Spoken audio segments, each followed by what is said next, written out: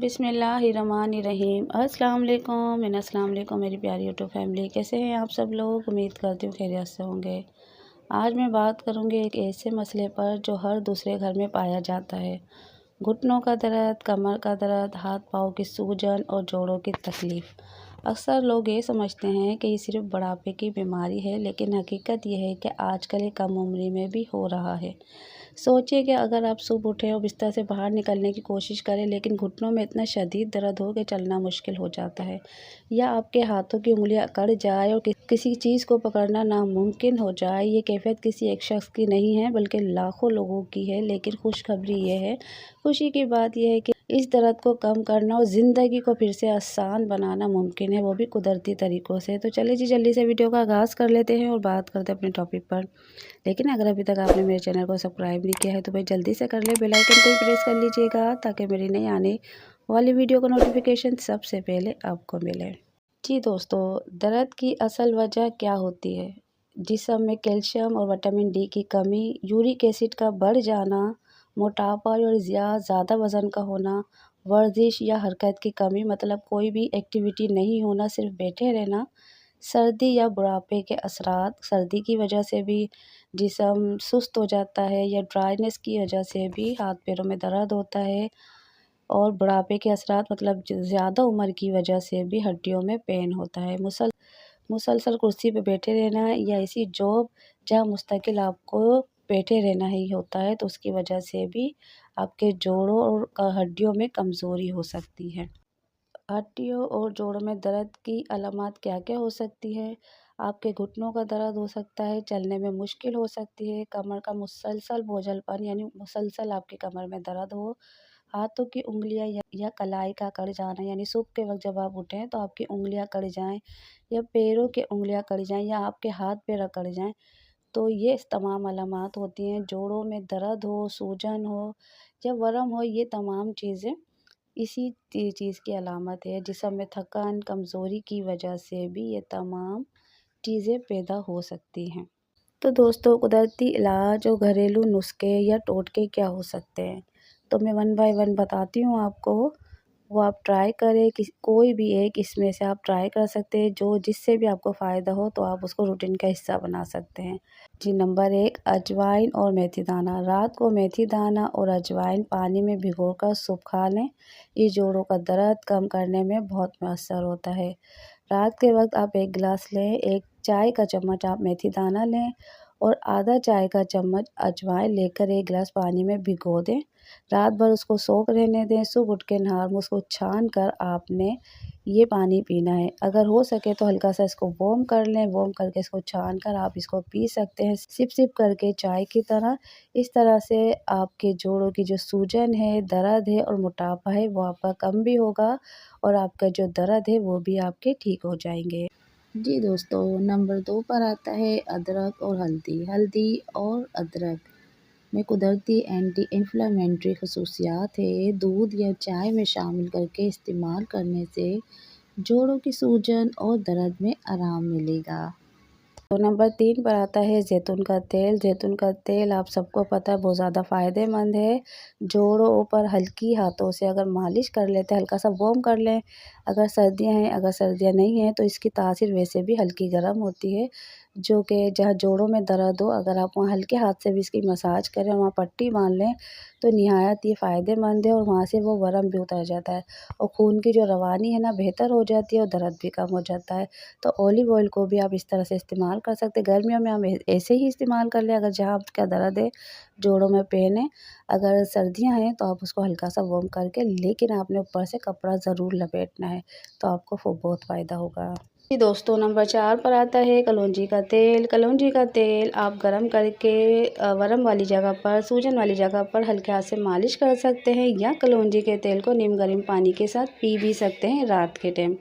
जी हाँ, 1 चाय का चम्मच आप है ना कलौंजी का तेल ले लें और आपने 1 गिलास नीम गर्म पानी में डालकर इसको पी लेना। ये आपको बहुत ज़्यादा फ़ायदा देगा। जैसा कि आप सब जानते हैं कि कलौंजी ना तमाम अमराज की शिफ़ा है सिवाय मौत के। तो कलौंजी का तेल भी इसी तरह से फ़ायदेमंद है। लेकिन बाज़ लोग जब ये चीज़ें रेमेडियाँ यूज़ करते हैं तो बाज़ को सूट नहीं करती। वो आहिस्ता-आहिस्ता से जब हमारी बॉडी को आदत हो जाती है उस वक़्त ही वो हमें फ़ायदा देती है। नहीं तो हमें ऐसा लगता है कि शायद इस रेमेडी से हमें नुकसान हो रहा है, जबकि ऐसा कुछ नहीं है। जो कि हम घरेलू जो रेमेडियाँ यूज़ करते हैं ना, वो देर के बाद जाके असर करती है, क्योंकि हम लोगों को आदत हो गई है डॉक्टरी दवाइयाँ खाने की।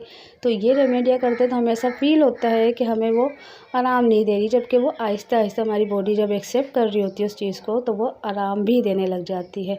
तो इन चीज़ों का इससे इस तरह से ये फ़ायदा होगा जब आप कलौंजी का तेल पानी के साथ यूज़ करेंगे, नीम गर्म पानी के साथ रात में, तो इससे आपके जोड़ों के जो पेन है ना, उसमें आपको बहुत ज़्यादा फ़ायदा देगा। स्पेशली सर्दी में आपको बहुत ज़्यादा फ़ायदा देगा, क्योंकि जैसे-जैसे सर्दियाँ आती हैं ड्राइनेस आने लग जाती है बॉडी में, तो जो जोड़ों के पेन हैं वो फिर दोबारा से ही दर्द करने लग जाते हैं। अगर आप चाहते हैं जोड़ों का पेन आपको ना हो, तो आप है ना नीम गर्म पानी के साथ कलौंजी का तेल यूज़ करें, ताकि जो हमारी हड्डियों के अंदर जब ऑयल जाएगा तो वो हमें पेन नहीं करेगा। क्योंकि जब इलास्टिसिटी हमारी बना हड्डियों में कम होने लग जाती है तो जोड़ों के दर्द उसी वक्त ही शुरू होते हैं।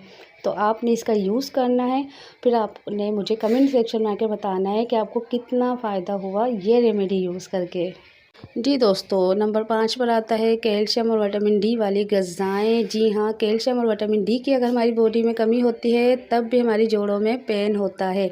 तो आपने किन ग़िज़ाओं से विटामिन डी और कैल्शियम हासिल करना है? दूध, दही, सफ़ेद वाले जो तिल होते हैं छोटे वाले, इन तमाम चीज़ों में कैल्शियम होता है, विटामिन डी होता है। ख़ासकर स्पेशली सब लोग जानते हैं धूप में भी अगर आप बैठें 15 से 20 मिनट तो आपको विटामिन डी नेचुरल तरीके से, कुदरती तरीके से मिलेगा, जो आपकी हड्डियों को मज़बूत करेगा।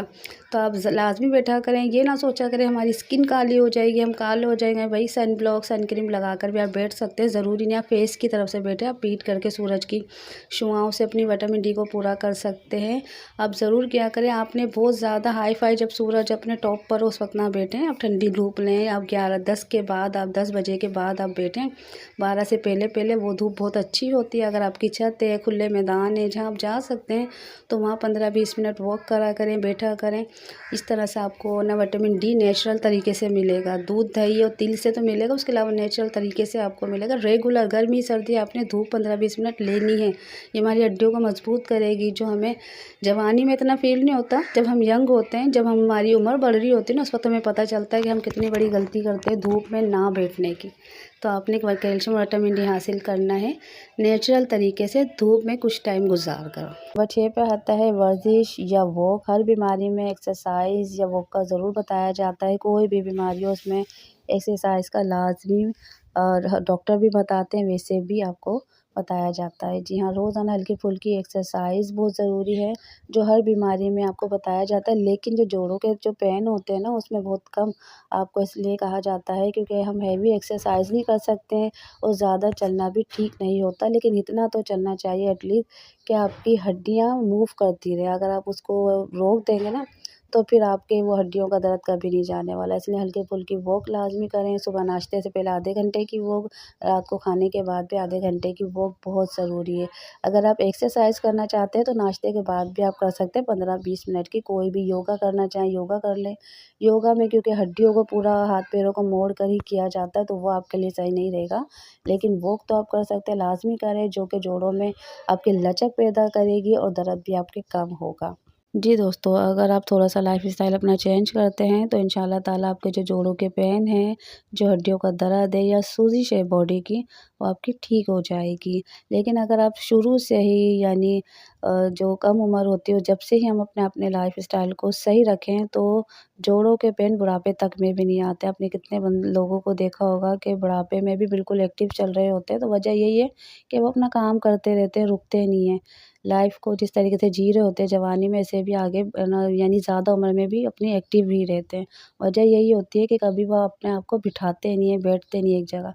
काम करते रहते हो, काम करते रहना ही चाहिए, हड्डियों की मज़बूती के लिए भी बहुत ज़्यादा ज़रूरी है। लेकिन फिर भी जिन लोगों को है उनके लिए चंद एहतियातें अगर आप कर लेते हैं तो आपके लिए ही फ़ायदा। आपने करना क्या है कि अगर आपका वज़न ज़्यादा है तो उसको कम कर लें, जो कि जोड़ों के दर्द के लिए बेहतरीन है। ज़्यादा देर तक एक जगह नहीं बैठा रहें, अगर ज़्यादा देर तक बैठने की कोई जॉब भी है तो बीच बीच में उठते रहा करें ताकि आपकी हड्डियाँ मूव करती रहें, एक जगह जाम ना हो।